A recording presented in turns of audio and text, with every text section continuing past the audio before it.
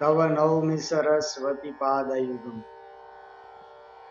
फिर एक बार संस्कृत पठनशाला में सभी पाठकगण का हार्दिक स्वागत।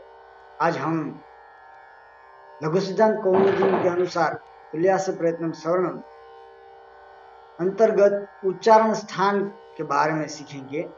सबसे पहले हम सीखेंगे वर्ग किसे कहते हैं। वर्ग हमारे यहाँ तुल्यास्य प्रयत्नम सवर्णम में कुचु टुतु पु ऐसा कहा गया है। क वर्ग, च वर्ग, ट वर्ग, त वर्ग और प वर्ग। क वर्ग में आएंगे क, ख, ग, घ, ग।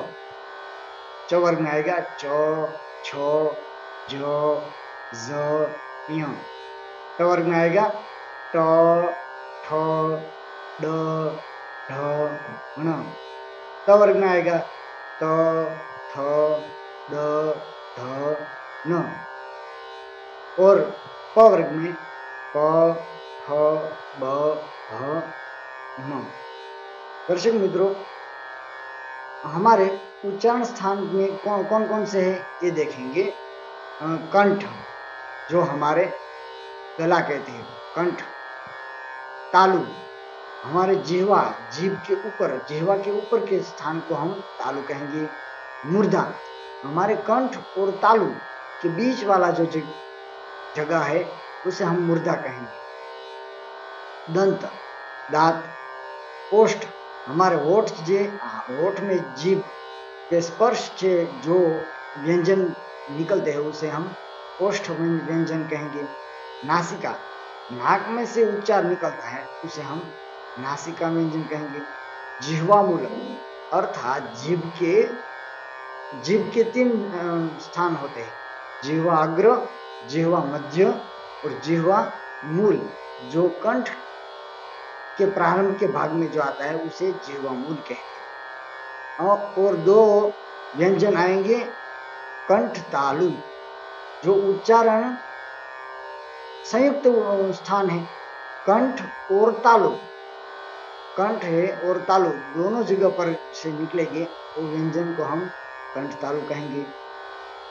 दूसरा आएगा संयुक्त स्थान में कंठ ओष्ठम, हमारा गला का भाग है उसमें, और ओष्ठ होठ में से कंठ ओष्ठम, उसमें से जो व्यंजन निकलेंगे उसे हम कंठोष्ठम कहेंगे।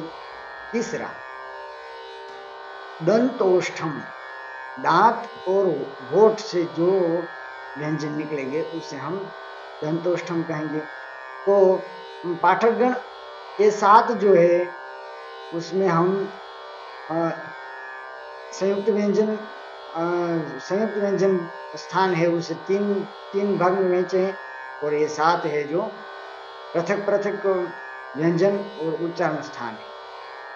आगे हम देखते हैं तुल्यास्य प्रयत्नम सवर्णम लघु सिद्धांत कौमुदी के अनुसार अकुह विसर्जनीयानाम कंठः, अर्थात अ, तो अ आ गया है। कु अर्थात क वर्ग। क वर्ग में कौन सा आएगी? क, ख, ग, घ, ग। बाद में कहा है ह, और विसर्जनीयानाम अर्थात विसर्ग, उसका स्थान रहेगा कंठ। अ, कु यानी कि क वर्ग, पूरा क वर्ग रहेगा। क वर्ग में कौन सा आएंगे? क, ख, ग, घ, ग।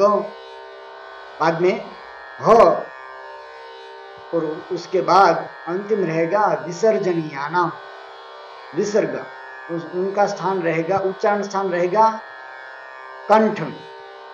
जो हमारे कंठ में से जो व्यंजन निकलते हैं, कंठ में जो स्थान है, ये व्यंजन का यहाँ पर लिस्ट है, आप देख सकते हैं।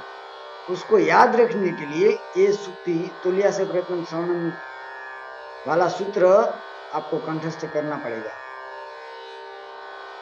बाद में कंठ के बाद में आएगा तालु। अब देखते हैं पाठकगण कि तालु में से कौन कौन व्यंजन, कौन कौन स्वर हमारे उच्चारण के स्थान है तालु में। इचु यशानम तालु। ई स्वर रहेगा, बाद में चू, चू यानी कि च वर्ग, च छ ज ज य, च वर्ग पूरा रहेगा, बाद में रहेगा य और श। इचु यशानम तालु। ये हमारे जो व्यंजन लिखे गए हैं, स्वर लिखे गए हैं, उसमें आगे स्थान कौन सा रहेगा? तालु। ये सभी व्यंजन स्वर का स्थान रहेगा तालु, जो हमारे जीभ के ऊपर के जगह पर है। उसके बाद देखते हैं हम मूर्धा। ऋतु रसाणाम मूर्धा। हम ये पढ़ते हैं तब हमारी जीवा कहाँ पर स्पर्श होता है, ये देखने का है। ये स्थान है जीवा कहाँ पर स्पर्श होता है, और यहाँ से स्वर और व्यंजन की उत्पत्ति होती है।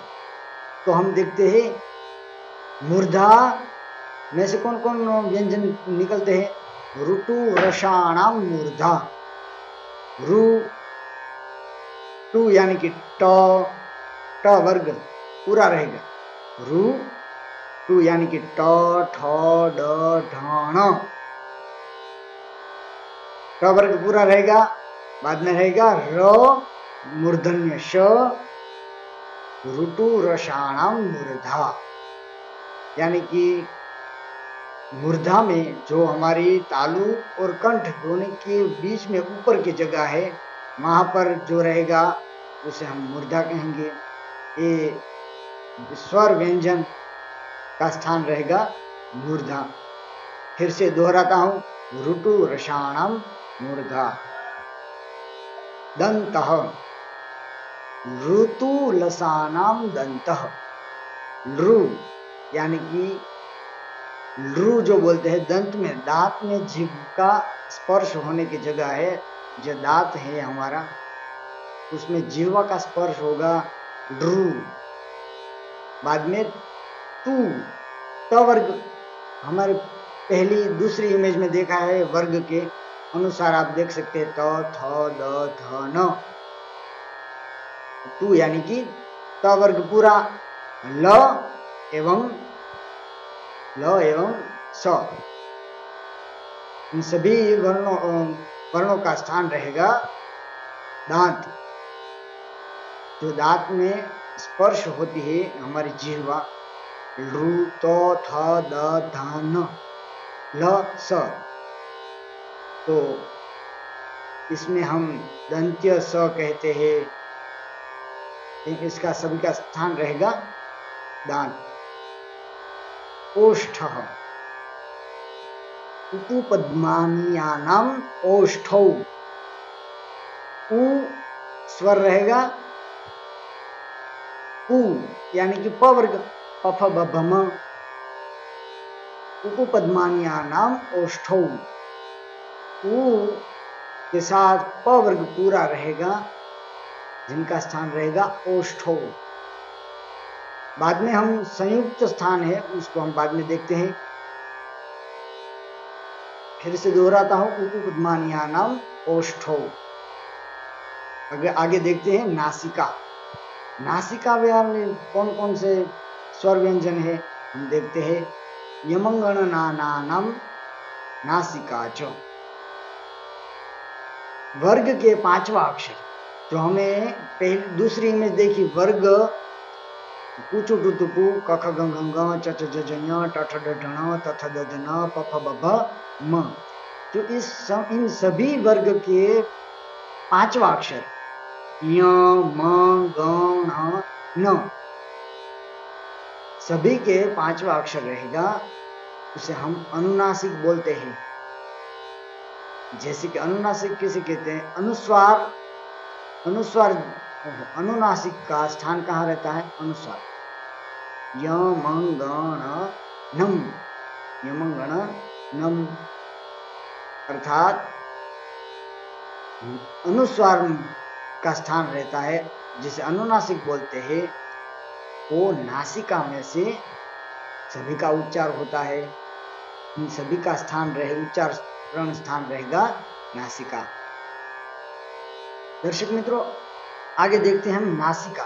नासिका में से जो पहले देख चुके हैं, और नासिका में से दूसरा है नासिकानुस्वारस्य। अनुस्वार का स्थान भी नासिकाए रहेगा। आगे देखते हैं जिह्वामूलम। जिह्वामूलम जो हलंत क ख बोलते हैं, उनका स्थान रहेगा जिह्वामूलीयस्य जिह्वामूलम। जिह्वा के अग्रभाग, मध्य भाग और अंतिम भाग, जिनके हम मूल स्थान कहते हैं, जिह्वामूलीयस्य जिह्वामूलम। जिह्वा मूल में से क ख हलंत व्यंजन क और ख का उच्चारण स्थान रहेगा जिह्वामूलम। संयुक्त उच्चारण स्थान कहेंगे कंठ तालु। एदै तो हो कंठ तालु। ए और ऐ दोनों को कंठ और तालु जब हम महसूस करते हैं, जब बोलते हैं तब हमें अनुभूति होती है कंठ तालु। एदै तो हो कंठ तालु। ए और ऐ दोनों का स्थान रहेगा कंठ तालु। फिर से दोहराता हूं, एदै तो हो कंठ तालु। ए और ऐ दोनों का उच्चारण स्थान रहेगा कंठ तालु। दूसरा संयुक्त उच्चारण स्थान ओदौ तो हो कंठोष्ठम। कंठोष्ठम का उच्चारण स्थान में से ओ और औ दोनों का उच्चारण स्थान रहेगा कंठोष्ठम। आगे देखते हैं दंतोष्ठम। वकारस्य दंतोष्ठम, यानी कि व का उच्चारण स्थान रहेगा संयुक्त उच्चारण स्थान दंतोष्ठम। व बोलने से हमारा उच्चारण स्थान रहेगा दंतोष्ठम व। आप सभी लोग, सभी पाठकगण को समझ में आ चुका होगा।